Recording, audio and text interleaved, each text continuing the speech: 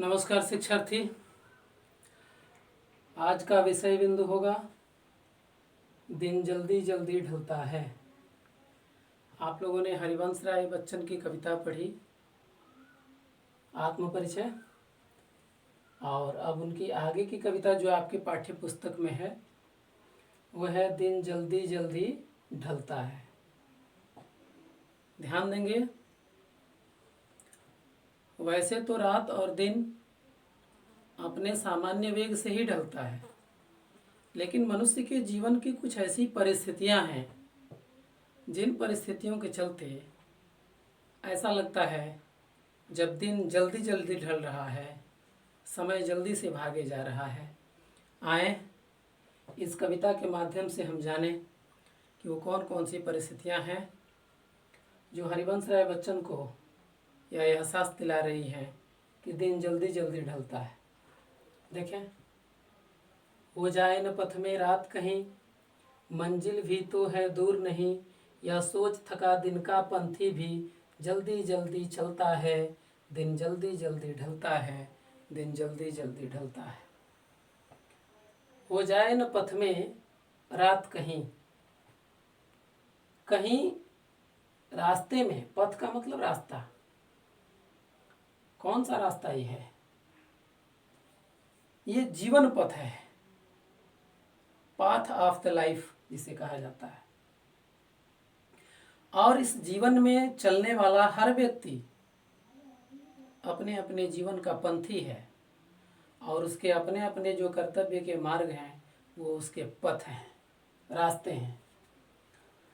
तो पंथी क्या सोचता है? हो जाए न पथ में रात कहीं, कहीं ऐसा न हो कि रास्ते में ही विलंब हो जाए, रात हो जाए। तो यह सोच करके वो जल्दी जल्दी चलता है। विलंब होने की आशंका से वो जल्दी जल्दी चलता है।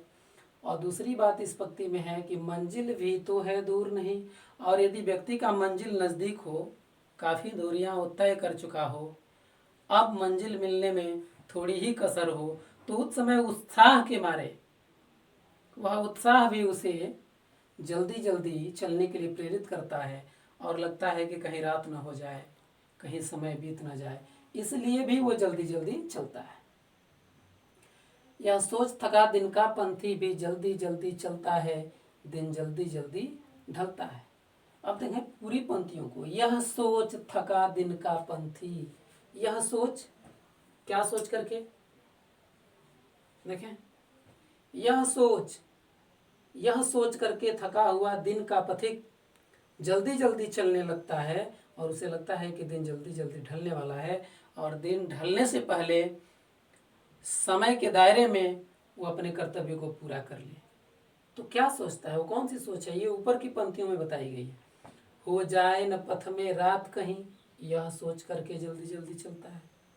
मंजिल भी तो दूर नहीं है, यह सोच करके जल्दी जल्दी चलता है। अब कविता को व्यवस्थित करने के लिए आप कहीं से भी उठा सकते हैं। आप देखें, यहाँ से भी आप शुरू कर सकते हैं कि पूरे दिन का थका हुआ पथिक जल्दी जल्दी यह सोच करके चलने लगता है कि कहीं रास्ते में रात न हो जाए, मंजिल भी तो काफ़ी दूर नहीं है, मंजिल तक मैं पहुंच चुका हूं। जब यही बात वो सोचता है तो दिन का थका हुआ पंथी जल्दी जल्दी चलता है, उसे लगता है कि दिन जल्दी जल्दी ढल जाएगा। और काव्य सौंदर्य की दृष्टि से आप पूर्व परिचित हैं, इसमें कौन कौन सी चीज़ें बतानी हैं। मुख्य रूप से ये जो जल्दी जल्दी आया है, देखें जल्दी जल्दी, यहाँ शब्दों की पुनरावृत्ति हुई है। जब शब्दों की पुनरावृत्ति एक ही अर्थ में हो, उसका अर्थ न बदले, तो वहाँ पुनरुक्ति हो जाती है, पुनः पुनः उक्ति। वो पुनरुक्ति प्रकाश एक अलंकार होता है, तो यहाँ पुनरुक्ति प्रकाश अलंकार हो जाएगा।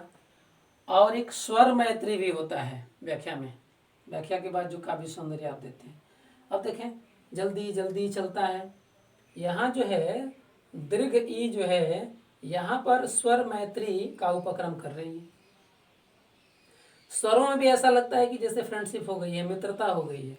तो जहाँ स्वरों में मित्रता आने लगे, स्वर मित्र बन जाए, वहाँ स्वर मैत्री होता है, इसका भी आप उल्लेख करेंगे। तो यदि भाव पक्ष की दृष्टि से देखा जाए तो कवि हरिवंश राय बच्चन ये कहते हैं कि हर पथिक के लिए उसका जब मंजिल नज़दीक होता है या फिर ये आशंका होती है कि कहीं रात न हो जाए, दिन बीत न जाए, उस परिस्थिति में उसके कदम जल्दी जल्दी चलने लगते हैं। अब आगे की पंक्तियों से और स्पष्ट होगा कि यहाँ कवि ने पथिक का उदाहरण दिया, अगली पंक्तियों में पक्षी का उदाहरण देंगे और फिर इनकी जो तीसरी कविता, इसमें कविता का जो तीसरा अंश है उसमें जाकर के यह स्पष्ट हो जाएगा, जिसमें वो कहेंगे कि मुझसे मिलने को कौन विकल, मैं हूँ किसके हित चिंतक। तो वो पंक्तियाँ आगे हम पढ़ेंगे। फिलहाल इसकी व्याख्या आप सुनेंगे, पढ़ेंगे और फिर जानने का अभ्यास करेंगे। व्याख्या आप अपने शब्दों में भी लिख सकते हैं, लकीर का फ़कीर नहीं बनना है। आप अपने मन से भी व्याख्या कर सकते हैं। पहले मेरी व्याख्या सुने, आप पुस्तकों में भी पढ़ें, आप स्वयं भी इसकी व्याख्या लिख सकेंगे। ध्यान देंगे। दूसरा, बच्चे प्रत्याशा में होंगे, नीड़ों से झांक रहे होंगे, यह ध्यान परों में चिड़ियों के भरती कितनी चंचलता है, दिन जल्दी जल्दी ढलता है। ध्यान देंगे। कवि हरिवंश राय बच्चन यह सोच रहे हैं कि एक पक्षी जब अपने घोंसले से निकल करके दाना चुगने जाता है, वो अपने समेत बच्चों के लिए भी दाना लाता है। तो जब उसके बच्चे घोंसले से झांक रहे होते हैं इस उम्मीद से कि उसके माता पिता भोजन और ढेर सारा प्रेम लेकर के आएंगे, तो उनकी प्रतीक्षा चिड़ियों के पंखों में चंचलता ला देती है। वही बात यहाँ बताया गया है कि बच्चे प्रत्याशा में होंगे, नीड़ों से झांक रहे होंगे। नीड़ का मतलब घोंसला। चिड़ियों के जो बच्चे हैं घोंसले से झांक रहे होंगे और इस प्रत्याशा में होंगे कि मेरे जो माता पिता हैं वो भोजन समेत ढेर सारा प्रेम और स्नेह लेकर के आएंगे। और जैसे ही ये बात उन माता पिता के ध्यान में जब आता है, जब चिड़ियों के ध्यान में ये बात आती है कि मेरे बच्चे हमारी प्रत्याशा में होंगे, तो वो क्या करता है, वो चिड़ियों के पंखों में चंचलता भर देती है, वो और तीव्र वेग से अपने घोंसले की तरफ उड़ने लगते हैं। यह ध्यान परों में चिड़ियों के भरती कितनी चंचलता है, दिन जल्दी जल्दी ढलता है। उन्हें ऐसा लगता है कि दिन बड़ी तेज़ी से बीतने वाला है, इसलिए दिन ढलने से पहले ही अपने घोंसले तक, अपने पाल्य तक और अपने बच्चों तक स्नेह और दाना लेकर के तुरंत ही पहुंचा जाए। यही सोच उनके पंखों में चंचलता भर देती है।